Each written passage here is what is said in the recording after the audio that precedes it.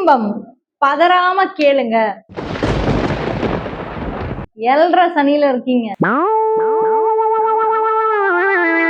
7.5 சனி என்னங்க பண்ண போகுது?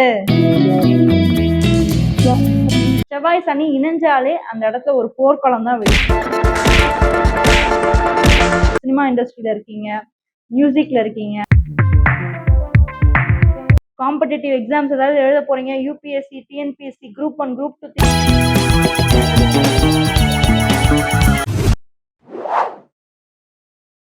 கும்பம், பதறாம கேளுங்க. 7.5 சனியில இருக்கீங்க. 7.5 சனி என்னங்க பண்ண போகுது? நாங்களே ஏற்கனவே எங்க படாத பாடு பட்டுக்கிட்டு இருக்கோம், ரொம்ப கஷ்டப்பட்டுக்கிட்டு இருக்கோம். எதை தொட்டாலும் வாழ்க்கையில ஒரு முன்னேற்றமே இல்லை. என்னங்க நாங்க மனசுல நினைக்கிறதெல்லாம் நீங்க சொல்றீங்களே அப்படின்னு நீங்க கேட்கலாம். கண்டிப்பா நான் அதை தான் சொல்றேன். ஸோ வீடியோவை தொடர்ந்து ஸ்கிப் பண்ணாம பாருங்க. சேனலை இன்னும் நீங்க சப்ஸ்கிரைப் பண்ணாமலே பார்த்துட்டு இருந்தீங்க அப்படின்னா மறக்காம சப்ஸ்கிரைப் பண்ணி வச்சுக்கோங்க. ஏன்னா உங்களுடைய ஒவ்வொரு ஆதரவும் எங்களுக்கு தேவைங்க. ஏன்னா நம்மளுடைய சேனல் வளரணும் அப்படின்னா மக்களாகிய உங்களோட சப்போர்ட் மிகவும் முக்கியம். அந்த வகையில எனக்கு மிகவும் பிடித்த கும்ப ராசிக்கு இந்த ஏப்ரல் மாதம் எந்தெந்த மாதிரி கிரக நிலைகள்லாம் இருக்கு, அதாவது ஒரு கரியரா இருக்கட்டும், ஒரு ரிலேஷன்ஷிப்பா இருக்கட்டும், இல்லை ஒரு படிப்பு, ஹெல்த், ஆரோக்கியம், இது எல்லாத்துலேயுமே உங்களுக்கு இந்த மாதம் எப்படி இருக்க போகுது, கிரக நிலைகள் எப்படி இருக்க போகுது அப்படின்றத நம்ம தெரிஞ்சுக்கலாம். ஸோ ஃபர்ஸ்ட் கும்பராசிக்கு ராசியிலே இப்போ ராகு இருக்காரு. ராசிக்கு 7ஆம் வீட்டில் கேது. சரி, இந்த காம்பினேஷன் இந்த மாதம் மட்டும்தான் இருக்குமா? இல்லைங்க, இந்த காம்பினேஷன் அடுத்து இந்த வருடத்தோட கடைசி வரைக்கும் இருக்கு. ராசியில ராகுவும் 7ல் கேதுவும், அதுல எந்த ஒரு மாற்றமும் இல்லை. சனியும் அதே மாதிரி தான், ராசிக்கு 2ல் தான் உட்காந்துருப்பாரு. அவரும் அங்கேயே தான் உட்காந்துருப்பாரு. குத்த வச்ச மாதிரி அங்கேயே உட்காந்துருப்பாரு, நகரவே மாட்டாரு, உங்களை அப்படியே பிடிச்சி வச்சிருப்பாரு. அடுத்து இந்த மாதத்துல செவ்வாய் புதன் 2ஆம் இடத்துல நீச்சமாயி குருவும் புதனும் பரிவர்த்தனை யோகத்துல இருக்காங்க. அதாவது 2ல் புதன், 5ல் குரு இருக்காரு. புதன் குருவோட வீட்லையும் குரு புதனோட வீட்லையும் இருந்து சயின்ஸை எக்ஸ்சேஞ்ச் பண்ணியிருக்காங்க. ஸோ அதுக்கு பேர் பரிவர்த்தனை யோகம் அப்படின்னு சொல்லுவாங்க. இது ஒரு வகையில ஒரு யோகம் தான். அடுத்து உங்களுடைய ராசியில இருந்து 3ஆம் வீட்டுல சூரியனுக்கு ரொம்ப அப்படியே பக்க பலமா ரொம்ப சப்போர்ட்டிவா போய் சுக்கிரன் போய் உட்காந்துட்டாரு. சூரியன் உச்சம் பெறுறாரு. எப்போ உச்சம் பெறுறாரு? ஏப்ரல் 14 அன்னைக்கு சூரியன் மேஷராசியில போயிட்டு உச்சம் பெறுறாரு. ஸோ ராசிக்கு, அதாவது இந்த கும்பராசிக்கு 5ஆம் இடத்துல குருவும் 7ஆம் இடத்துல கேதுவும். ஸோ கரியர் எப்படி இருக்கும்? கும்பராசியை பொறுத்த வரைக்கும் பார்த்தீங்கன்னா, கரியர்ல பிஸ்னஸ் பண்றவங்களுக்கு ஒரு சூப்பரான ஒரு மாதமா இருக்கு. இன்னும் சொல்ல போனால் கிரியேட்டிவ் ஃபீல்டில் இருக்கவங்க, ஏன்னா சூரியன் நல்ல பிளேஸ்மெண்ட்ல இருக்காரு, சுக்கிரனும் உங்களுக்கு 3ஆம் இடத்துல இருக்காரு இல்லையா? ஸோ கிரியேட்டிவ் ஃபீல்டில் இருக்கவங்களுக்கு இது ஒரு எக்ஸலண்ட்டான ஒரு மாதமா இருக்கு. பிஸ்னஸ் பண்றவங்களுக்கு ஒரு நல்ல ஒரு மாதமா இருக்கு. இப்போ நான் என்னோட ஃப்ரெண்டு இருக்காங்க, என்னோட ஃப்ரெண்டோட நான் சேர்ந்து ஜாயின் பண்ணி ஏதாவது ஒரு பிஸ்னஸ் தொடங்கலாமா, அதுக்கான வாய்ப்புகள் இருக்கா, அவங்க என்னை அப்ரோச் பண்ணுறாங்க, பட் எனக்கு ஒரே தயக்கமாக இருக்குது மேடம், நான் என்ன பண்ணலாம் அப்படின்னு நீங்கள் கேட்டிங்கன்னா, தைரியமாக இறங்கி பண்ணுங்க. 3ஆம் இடம் சொல்லக்கூடிய முயற்சி ஸ்தானத்தில் இப்போ சூரியன் உட்காந்துருக்காரு. கூடவே சுக்கிரன் உங்களுக்கு பாக்யாதிபதி, அவர் தான். உங்களுக்கு ஏதாவது ஒரு யோகத்தை கொடுக்கணும்னா அது சுக்கிரனை மட்டும்தான் இருக்க முடியும். ஸோ கூட்டு தொழில் பிஸ்னஸ் பண்ணுறது இந்த மாதம் செட் ஆகும். இல்லை இந்த மாதம் அதுக்கான பிளான் போடுறீங்கன்னா போடுங்க, பக்காவாக போடுங்க, செட் ஆகும். 7.5 சனி, உடனே ஒரு கேள்வி வரும், நாங்கள் 7.5 சனியில் இருக்கமே, எதை தொட்டாலும் பிரச்சனையாவே முடியுது, நான் என்னதான் பண்ணுறது, எனக்கு நம்பிக்கையே இல்லையே, ஏன் மேலேயே எனக்கு நம்பிக்கை இல்லையே அப்படின்ற மாதிரிலாம் இருக்கும். அதுக்கெல்லாம் நீங்கள் வருத்தப்படாதீங்க. என்னதான் சனி நம்மளை கெடுத்தா கூட கண்டிப்பாக ஏதாவது ஒரு இடத்துல நம்மளுக்கு கொடுப்பாரு. அப்போ கொடுக்கக்கூடிய மாதம் தான் இந்த ஏப்ரல் மாதம்.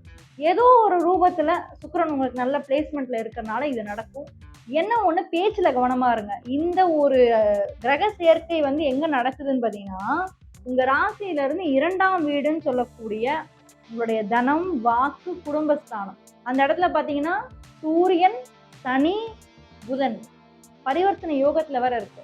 அப்போது கொஞ்சம் ஹார்ஷாக பேசுறது, இந்த second week, April 2nd week 3rd வீக்லலாம் கொஞ்சம் ஹார்ஷாக பேசுறது, குடும்பத்தில் ஒரு சில சண்டை, சச்சரவு, வாக்குவாதம் இதெல்லாம் கொஞ்சம் வரும். அதில் நீங்களாக போய் மூக்க நுழைச்சி இன்னும் கொஞ்சம் பெருசாக்கி விட்றாதீங்க. கொஞ்சம் நம்ம கேர்ஃபுல்லாக டீல் பண்ணணும். அப்படின்றது தான் நான் இங்கே உங்களுக்கு நான் சொல்ல வர்றது. செவ்வாய் சனி இணைஞ்சாலே அந்த இடத்துல ஒரு போர்க்களம் தான் வெடிக்கும். அதுவும் கூட புதன், புத்திசாலியான புதன் வேற போய் உட்காந்துட்டாரு. அப்போது அவங்க ஒண்ணு சொல்லுவாங்க, அதுக்கு எதிர்மறையா நீங்க ஒண்ணு பேசுவீங்க. ஸோ அந்த வாக்குவாதம் வந்து போய்க்கிட்டே தான் இருக்குமே தவிர, அது ஒரு முடிவுக்கே வராது. அதனால குடும்பத்துல என்னதான் பண்றேன்னு சொன்னாலும், சரி ஓகேங்க நீங்க பார்த்துக்கோங்க அப்படின்னு சொல்லிட்டு நீங்க வந்துடுறது தான் நல்லது. தேவையில்லாத இன்வால்வ்மென்ட் இந்த மாதம் வந்து தேவை கிடையாது. ராசியில இருந்து 5ஆம் வீட்ல குரு இருக்காரு. நான் இந்த குரு 5ஆம் வீட்ல இருக்கிறதுனால தான் கரியர்ல நீங்க கிரியேட்டிவ் ஃபீல்டுல இருக்கீங்க, சினிமா இண்டஸ்ட்ரியில இருக்கீங்க, மியூசிக்ல இருக்கீங்க, ஆர்ட்ஸ், இயல், இசை, நாடகம், கவிதை ஏதாவது ஒரு கிரியேட்டிவ் ஃபீல்டில் இருக்கவங்களுக்கு ஒரு அற்புதமான ஒரு மாதமா வந்து இந்த மாதம் அமையுது. ஏன்னா இதுக்கு முன்னாடி குரு வக்ரம் ஒரு 4-5 மாதமாவே வந்து குரு வக்ரம் 5ஆம் இடத்துல இருக்கக்கூடிய ரிசல்ட்டை வந்து அவரால் தெளிவாக கொடுக்கவே முடியாது. உங்களுடைய சுய ஜாதகத்துல குரு தசா புத்திலாம் போயிட்டு இருக்கா அப்படின்னா, இல்லை அந்த டைம் பீரியட்ல நீங்க கரெக்டா இந்த துறையில இருக்கீங்க அப்படின்னா ரொம்பவே பாசிட்டிவான ரிசல்ட்டை நீங்க எதிர்பார்க்கலாம். செகண்ட் வீக் ஆஃப் ஏப்ரல்ல இருந்தே பாருங்க அதோட பாசிட்டிவ் ரிசல்ட்ஸ் வந்து உங்களுக்கு வர ஆரம்பிச்சு. பிசினஸ் பண்றவங்களுக்குமே நல்லா இருக்கு. முதலீடு போட்டு நீங்க வந்து ஒரு தொழிலை புதுசா ஸ்டார்ட் பண்ணக்கூடிய ஒரு மாதம் தான் வந்து இந்த மாதம். ரிலேஷன்ஷிப்ஸ்லாம் எப்படி இருக்கும்? மேரேஜ் பண்ண பாசிபிலிட்டிஸ் இருக்கா?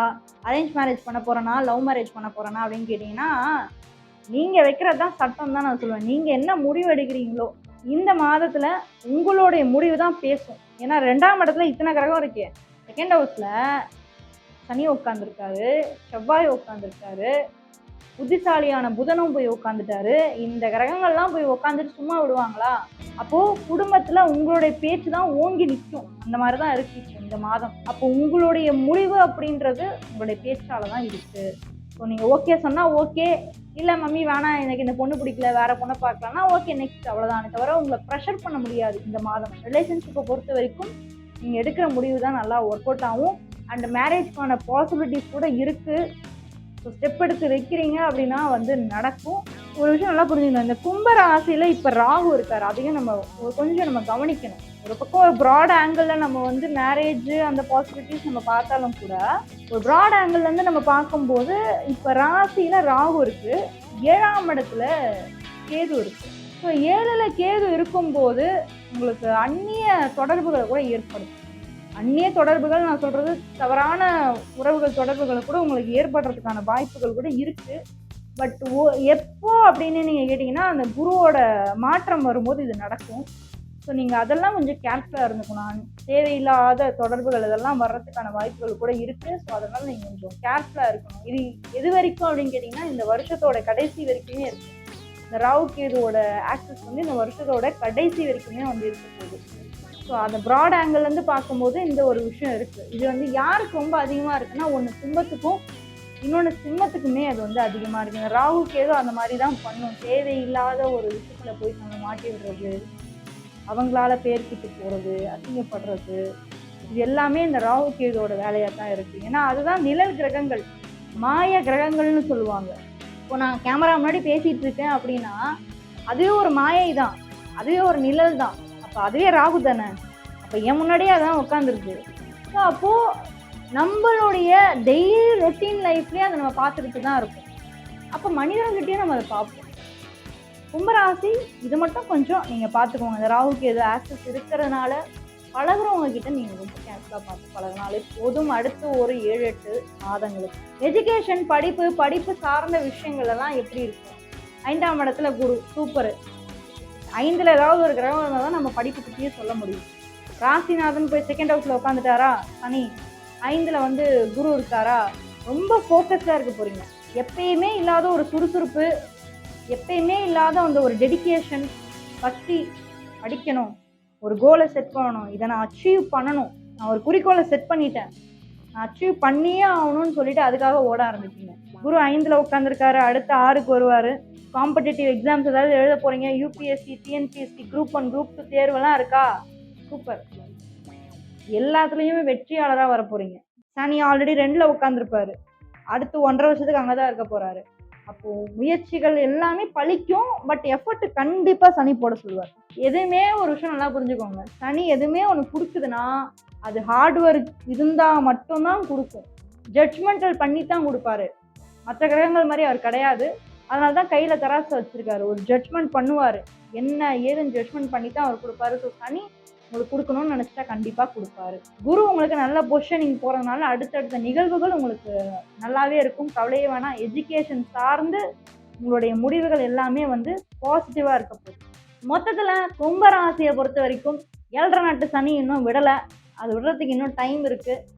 ஆனால் அதுக்கு முன்னாடியே பல முக்கியமான திருப்பங்களும் மாற்றங்களும் உங்களோட லைஃப்பில் பாசிட்டிவான விஷயங்களை கொண்டுட்டு வரணும். இந்த ஏப்ரல் 14th இந்த தமிழ் நியூ இயர் உங்களுடைய வாழ்க்கையில் நிறைய மாற்றங்களை ஏற்படுத்தணும்னு நான் கடவுளை பிரார்த்தனை பண்ணிக்கிறேன்.